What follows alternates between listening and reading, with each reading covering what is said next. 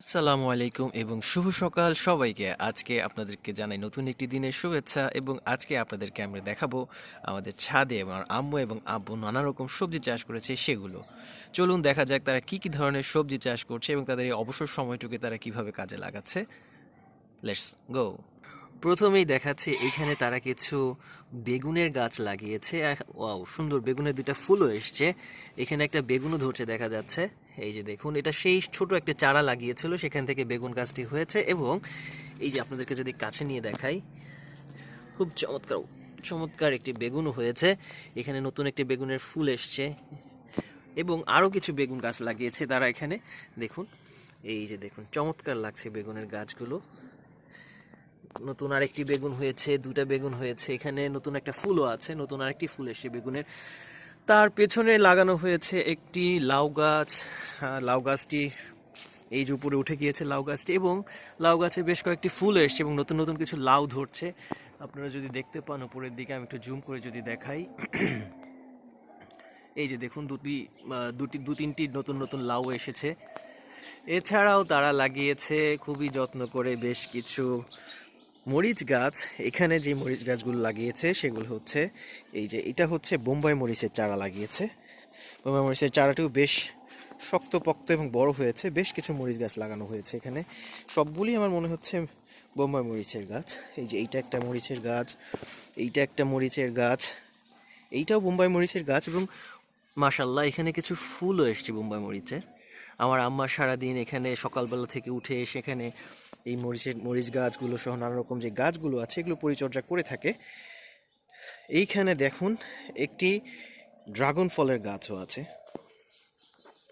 একটি ড্রাগন ফলের গাছ এখানে কিছু আছে। পাতাগুলো কি চিনতে পারছেন আপনারা? এইটা হচ্ছে আমরা যেটা মুড়ি মাখানো সহ বিভিন্ন ধরনের খাবারের সাথে খেয়ে থাকি, পুদিনা পাতা। হ্যাঁ, রাইট, আপনারা সঠিক ধরতে পেরেছেন, এটা হচ্ছে পুদিনা পাতা। এছাড়াও এখানে একটি মরিচ গাছ ছিল যেটা প্রায় মৃতপ্রায় হয়ে গিয়েছে। এছাড়াও কিছু ধনিয়া পাতার গাছ আপনাদেরকে আমি দেখাই। খুবই যত্ন সহকারে কিছু ধনিয়া পাতার গাছও লাগিয়েছে। এইগুলোকে আমরা সাধারণত বিলেতি ধনিয়া পাতা বলে থাকি। দেশি ধনিয়া পাতাগুলো একটু ছোট ছোট হয়ে থাকে, বাট এগুলো পাতাগুলো বেশ বড় সড়ো হয় এবং স্মেলটাও খুবই কড়া হয়ে থাকে। এছাড়াও যদি দেখাই নিচে, নিচে যদি আসি দেখানো যাবে, এখানে কিছু অ্যালোভেরা গাছ লাগানো হয়েছে। অ্যালোভেরা গাছগুলো বেশ বড় সড়ো হয়েছে, মাশাল্লাহ, বেশ সুন্দর হয়েছে অ্যালোভেরা গাছগুলো। এছাড়া এখানে আরও কিছু মরিচ গাছ লাগানো হয়েছে। যে মরিচ গাছগুলো এখানে শুধু বীজ বপন করার পরে হয়েছে, এগুলোকে পরে আস্তে আস্তে আলাদা করবে। দেখুন, বেশ অনেকগুলো মরিচ গাছ আছে। এইটা কি গাছ আমি বলতে পারছি না, এটা কি গাছের বীজ আম্মাকে জিজ্ঞাসা করতে হবে আসলে আম্মা কি গাছ লাগিয়েছে এটা। এখানেও ছোট একটা বাটি আছে, বাটির মধ্যে বেশ কিছু চারা হচ্ছে। এখানে ছোট ছোট পেঁপে গাছের চারা লাগানো হয়েছে। পরবর্তীতে এগুলো হয়তোবা ছাদে ড্রামে লাগানো হবে, অথবা নিচে যে জায়গাটুকু আছে আমাদের সেখানে লাগাবে। এইখানে বেশ কিছু মাটি যেগুলো সার হিসেবে রেখেছে, এগুলো হয়তোবা কোনো একটা ড্রামে ভরে ব্যবহার করবে। এইখানে একটা মরিচ গাছ দেখাই আপনাদেরকে, বেশ অনেকগুলো মরিচ ধরেছে মাশাল্লাহ। পরিশ্রম করে আমার আম্মা আব্বু সকালবেলা থেকে শুরু করে বিকেল পর্যন্ত ছাদে যখনই সময় পায় এসে এগুলোর পরিচর্যা করে। এবং সকালবেলায় এসে একবার পানি দেয়, বিকেলবেলায় এসে একবার পানি দেয়। দেখুন মাশাল্লাহ, চমৎকার কিছু মরিচও ধরেছে। তাদের অবসর সময়গুলো এখানে এসে এগুলোর পিছনে বেশ লম্বা একটি সময় তারা দিয়ে থাকে। এইখানে দেখুন, একটা বালতির মধ্যে তারা কি যেন লাগিয়েছে। বালতিটার মধ্যেও বেশ কিছু মরিচের চারাই দেখা যাচ্ছে। এইখানেও আছে কিছু গাছ, এইখানে একটা ধনিয়া পাতার গাছ। এবং এবং সবচেয়ে মজার বিষয় হচ্ছে এই ধনিয়া পাতাগুলো আমি লাগিয়েছিলাম। ধনিয়া পাতার ধনিয়ার যে বীজ থাকে সেই বীজগুলো এখানে ফেলেছিলাম অনেক দিন আগে, এবং অনেক দিন পর এই ধনিয়া পাতা থেকে, এই বীজগুলো থেকে এই ধনিয়া পাতা গাছটি হয়েছে। দেখুন কি সুন্দর, মাশাআল্লাহ। ধনিয়া পাতার ফুলগুলো দেখুন কি চমৎকার ফুল, এবং এখান থেকে কি সুন্দর নতুন নতুন আরও বীজ হচ্ছে ধনিয়া পাতার। দেখতে বেশ চমৎকার লাগছে। পাশেই আমাদের বড়ই গাছ, এবং মাশাআল্লাহ বড়ই গাছটি কেটে ফেলা হয়েছিল, তারপরে নতুন একটি ডাল থেকে অনেকগুলো মাশাআল্লাহ অনেক বড়ই ধরেছে, এবং বড়ইগুলো বেশ মিষ্টি এবং সুস্বাদু। চলুন দেখাই আরও একটি কর্নারের অংশ আপনাদেরকে আমাদের ছাদের।